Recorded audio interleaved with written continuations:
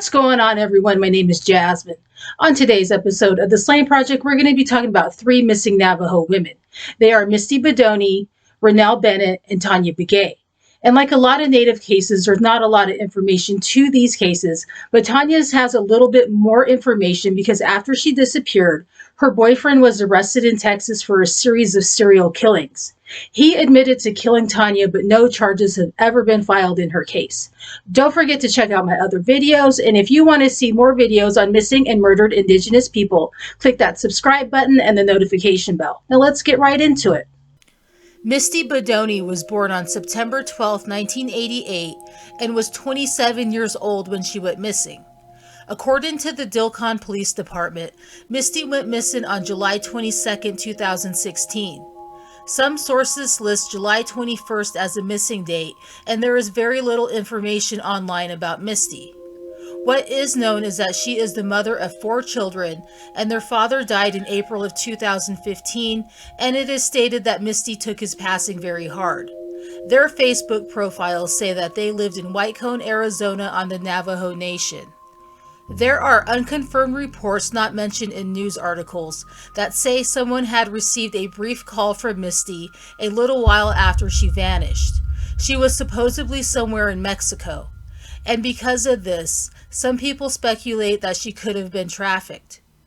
The physical descriptions for Misty vary. She is listed from being 5 feet 3 inches to 5 feet 8 inches tall and anywhere between 157 to 180 pounds at the time she disappeared. And the last known details about her say that she was last seen with friends in Jedito, Arizona on the Navajo Nation. Jedito is a 47 square mile area of the Navajo Reservation that is surrounded by the Hopi Reservation. The Hopi Reservation is itself surrounded by the Navajo Reservation. It is a reservation within a reservation.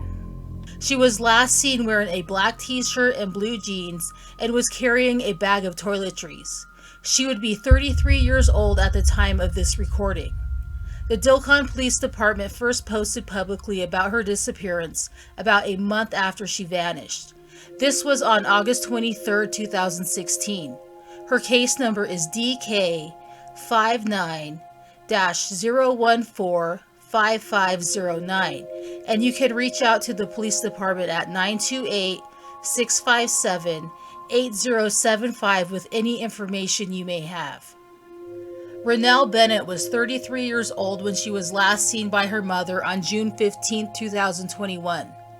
Her mom, Rose Yazzie, had guardianship of her 2 children, who were aged 10 and 12 at the time.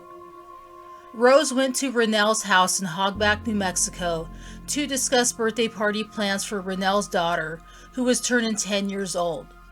Ranelle was supposed to go to her mother's house in Farmington, New Mexico, a few days later to help her decorate for the party.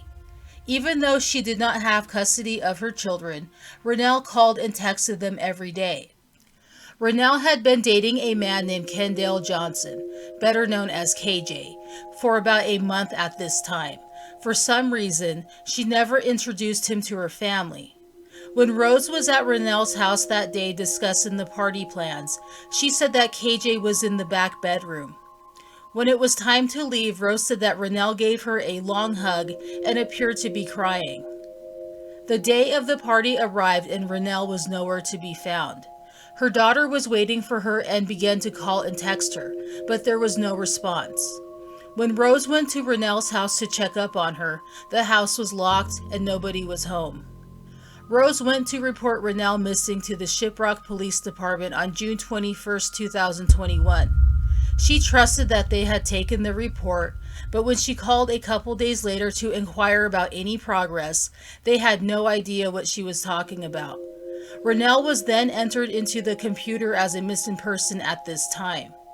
When reporting Ranelle missing, the police told her that KJ was a dangerous person. Around the same time Ranelle disappeared, KJ and his friends were being investigated for a string of home invasions and auto thefts around the Shiprock area. There was an active manhunt for the apprehension of KJ, and he was arrested on July 16, 2021. A little over a month after Ranelle was last seen by her family. When questioned about Ranelle, KJ said that he saw her a few days after she was reported missing. Police had initially thought that Ranelle could have been involved in the crimes KJ was doing, but then they said that they are not even sure if she had any knowledge of the crimes. While KJ was being investigated for the crime spree, police were tracking his movements. Ranelle's cell phone was also being monitored and was traced moving around the area. But it is unknown if she actually was in possession of the phone at the time or if someone else was carrying it. When Ranelle's family was searching on the mesa 3 months after she disappeared, they found her shoes and sweater along a dirt road north of Shiprock.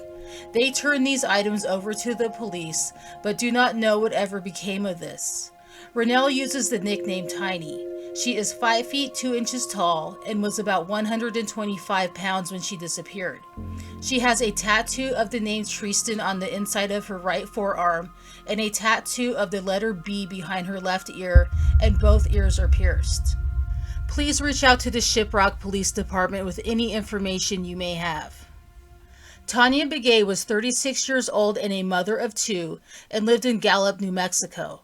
She is often described as a very loving person who loved her children very much. Tanya began dating a man named Jason Thornburg in 2014. Jason had troubles with the law and was in and out of jail the whole duration of their relationship. According to her mother, Teresa Begay, their relationship was abusive and they both used meth. On February 18, 2017, the cops were called because Jason had thrown an empty coffee pot at Tanya and glass got stuck in her eye. She pressed charges against him, but she could not get away from Jason, and the relationship continued. Soon after this, Teresa stated that Tanya and Jason had taken off with her red Dodge Neon and did not return it. Tanya was last seen by members of her family on March 2, 2017. She was visiting at her aunt's house in Tallahatchie, New Mexico, which is only 25 miles north of Gallup. She was with Jason and they both left together. Tanya called her mom the next day in the early morning hours of March 3, 2017, and said she was in Loop, Arizona. She stated that she was still with Jason and that they were on their way back to Gallup, which was a few hours' drive away, but Tanya never arrived. Tanya's mom, Teresa, began to worry as the days went on, and she never showed up. Some people who knew Tanya thought maybe she just went to Phoenix for a while, but her mother began to ask around about Jason and found out that he sometimes lived at his parents' house in Dilcon, Arizona. Dilcon is only about 45 minutes away from Loop and is on the way to Gallup. Teresa soon contacted the Dilcon Police Department and they went to question Jason's family members. At that time, they said Jason was last seen at his mother's home on March 14, 2017. He was by himself and left in the red Dodge Neon. It was never specified if Tanya was ever seen with him at his parents' home at any point before this. The red Dodge Neon would later be found abandoned.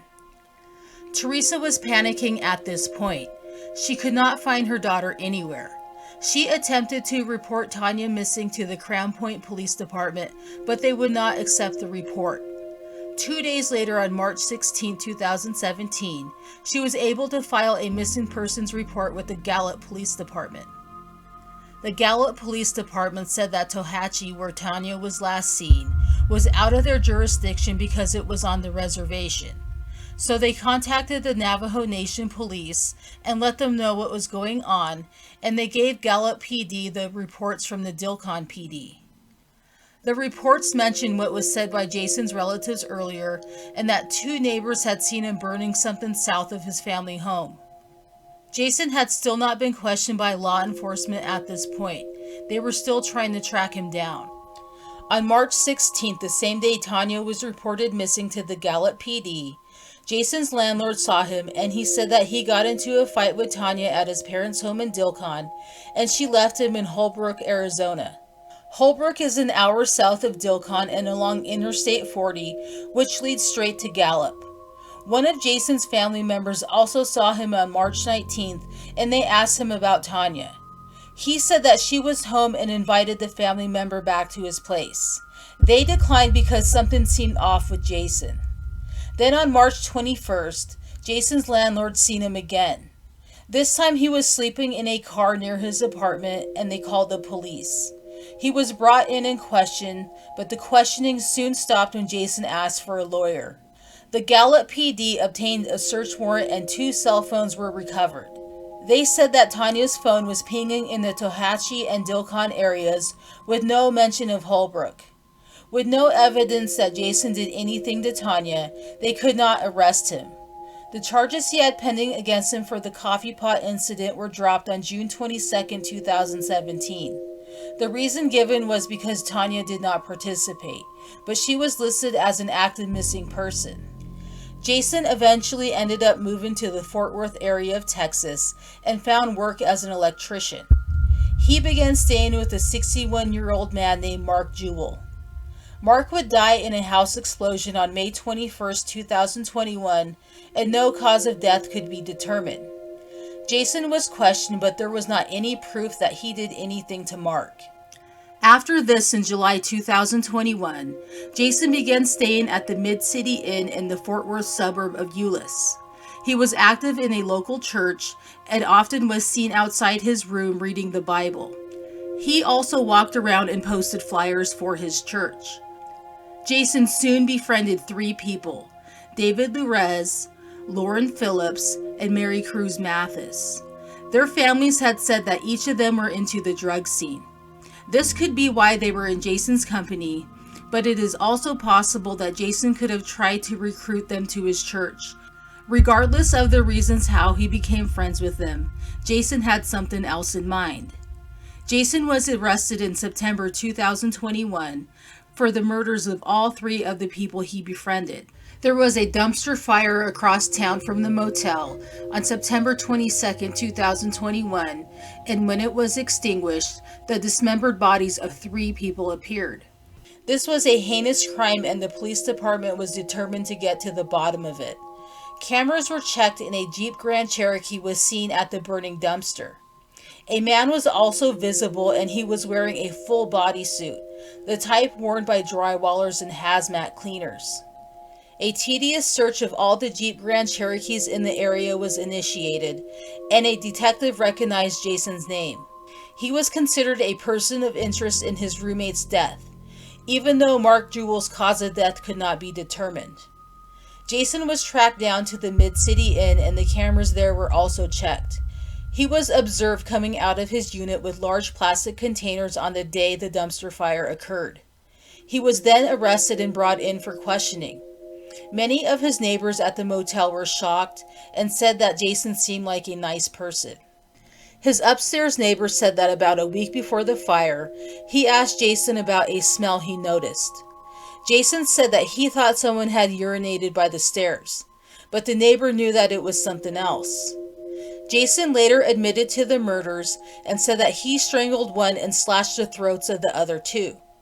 They were then dismembered in the bathtub and stored in large garbage bags before being moved to the large plastic containers and set ablaze in the dumpster. Jason went on to say that he had deep knowledge of the Bible and believes he was being summoned to commit sacrifices. Jason was asked if he had committed any previous sacrifices, and he mentioned his former roommate Mark Jewell. He said that he slit his throat, uncapped a natural gas line, and lit a candle before leaving the house they shared. He also admitted to investigators that he killed Tanya. Her remains have never been found and are most likely somewhere in the desert on the Navajo Nation.